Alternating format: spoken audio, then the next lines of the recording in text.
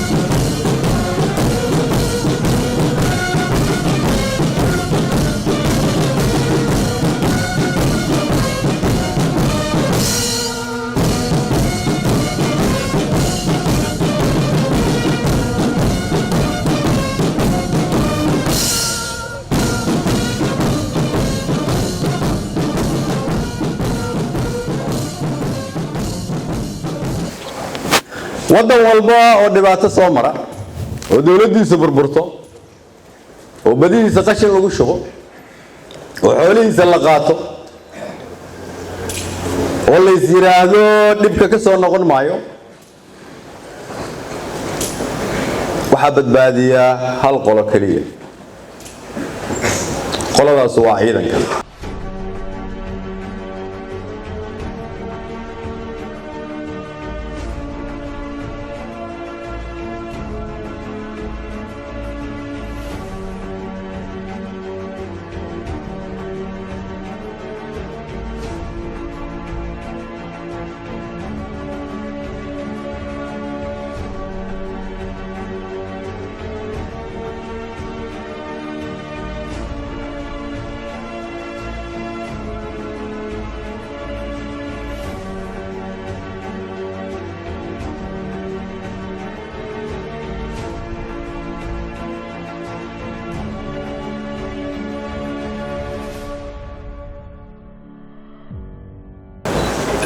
wiilkaasi wiil Soomaaliyeed buu ahaa hadii qof uu aaminsan yahay dadka Soomaaliyeed weligeed inay xumaayeen maya ma xumayn waciga aan soo galnay ayaa waqti xuma maantay waxaan ku faraxsanahay in nidaamna uu noo dhisan yahay wiilashan sidaan u qurqurxan oo kale aan ciidan ka dhiganayno maantay waxaan ku faraxsanahay in sidii askarigi yiri nidar baan hore u galay niyadeedu waa meel haddii aanan soo noqon calankayga nuuro wallahi ku nabadiyal wiilkii yiri wiil la mid ah ayaan anigu nasiib u helay maanta inaan la soo qadeeyo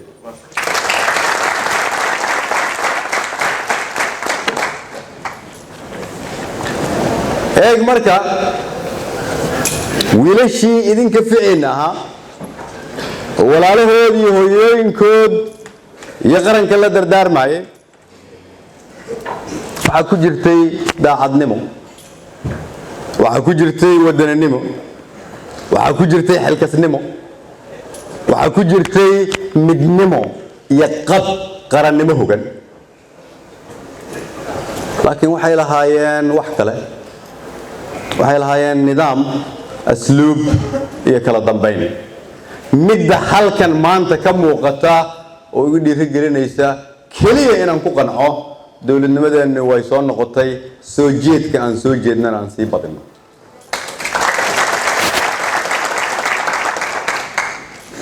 ciidanku waa astaanta qaranka waa sharafta iyo karaamada wadani uu leeyahay ciidanku وكون يرجلي مدح ذلك ما هنسير كله مركز رئيس الوزراء إنه وزير كينه مدحوينه إنه يمادان ضلين يرى لبسن واسلوب يسن وانشح أيضا له والنظام يكلا ضمين له وعلنكو قلبي وكل جيه ونفته بسوه بي حتى هدي هذا هاي قف مدحه وناكسنين وهتكون خطفنا نيسا إن أدخن كذا بدش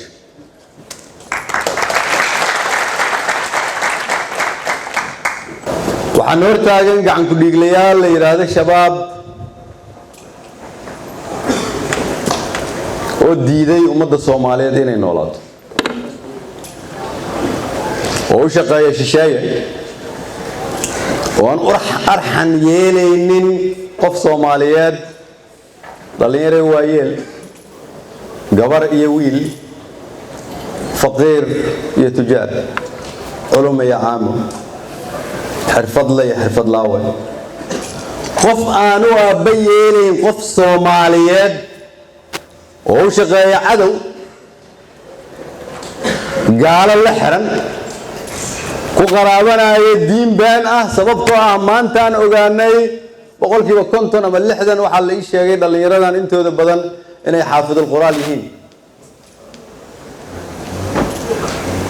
مركا هو أجنه صومها الشباب كإنا الدين الإسلام بتلين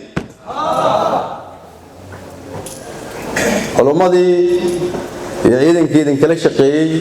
أيان إلهي وقام هذا علينا شغلنا يسوق بتاعنا لكن ودنكو حولي هاي لباتوين كلا أنا شبابك كحريسان قضب كلابات يقضب ككوا نفتنا إن حرينا مركورة صوبتها هذه نفتادو أي قبيالة كسريسان تاي أما أورجوني أو كحكمه أما قبيل جوني أو كحكمه معناه هذا واحد هاي واحد يبتي قيب كمية حرية دادي واحد يبتي قيب كمية مسكحة دادي أو قليل أولي بيسي سوفته مسكحة دي إلهي كسيي أيادك بشيء إن هذا إنتاج سكت يبتو إياني لنعكر الوجود دي مركينا عندنا كبدلنا إن شباب كلا دقال دعن كل جلياشة أرحمن الله وياشة أنا قبحنا بيال كلا جرا أو إن تلاقيه نفرتان وعاجر كل يراجع في كل جليال ودخل كده عادي استيد دخل كده إنه هذا صومالي وحنتاي صومالي ساني أهاني ساساني أهانجرتي وودن كده وحن وحنا هنا كشيء ومضى يسقدره وشغله أي تهاي تلكننا يبسدان ما أقبلنا يجنا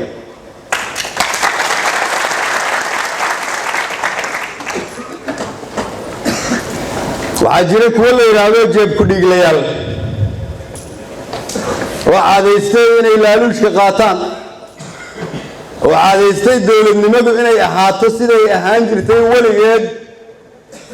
si awoodda iyo xoolaha dalka ay ugu takrifaan kuwa yar si aanan dunida ula tartamin si dhalinyaradiinan halkan u dagaalamaya naftiina inaad bixisaan caruurtiina aan loo helin wadan looga tago oo taariikhdii hore qayb ka ah idinkuna aad qayb ka tihiin taariikhda cusub kuwaasna waa inaan niraahdo ma aqbalayno dalkeenna inay horseed u ahaadaan ama maamulaan jeeb ku dhiglayaal dambe inay xorriyadda aan ku jirnay gobonimo doonka dhalinyaradii Soomaaliya u kacday meeshay joogeen ayaad joogtaan waayo kuwa idinka waaweyn waa laga kari waayay qabyaaladda waa laga kari waayay laaluushka iyo laalaabka waa laga kari waayay ninjaclaysiga waa laga kari waayay inay meel fog ka fikiraan ama wax ka arkaan laakiin ku dhawaad 30 sano waxay arkayeen maantay iyo meel isheedu qabato waxaan rabnaa dad u jeeda waxa kuwa kale aanan u jeedin fahamsan kuwa kale waxa aanay fahamsanayn xambaarsan macno ka weyn kuwa kale ka fahamsan macnaha ay leedahay qofku wadan inuu leeyahay meesha loogu dabaaldego meesha kaliya aad xor u tahay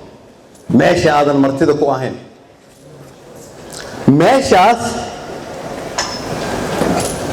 rag iyo dumar oo shacab ah oo aan naftooda soo qadimin ma badbaadin karaan idinkaa badbaadin kara idinkuna waxaad tihiin tillaabooyinku ugu horreeyey oo wanaagsanaa oo dalku qaaday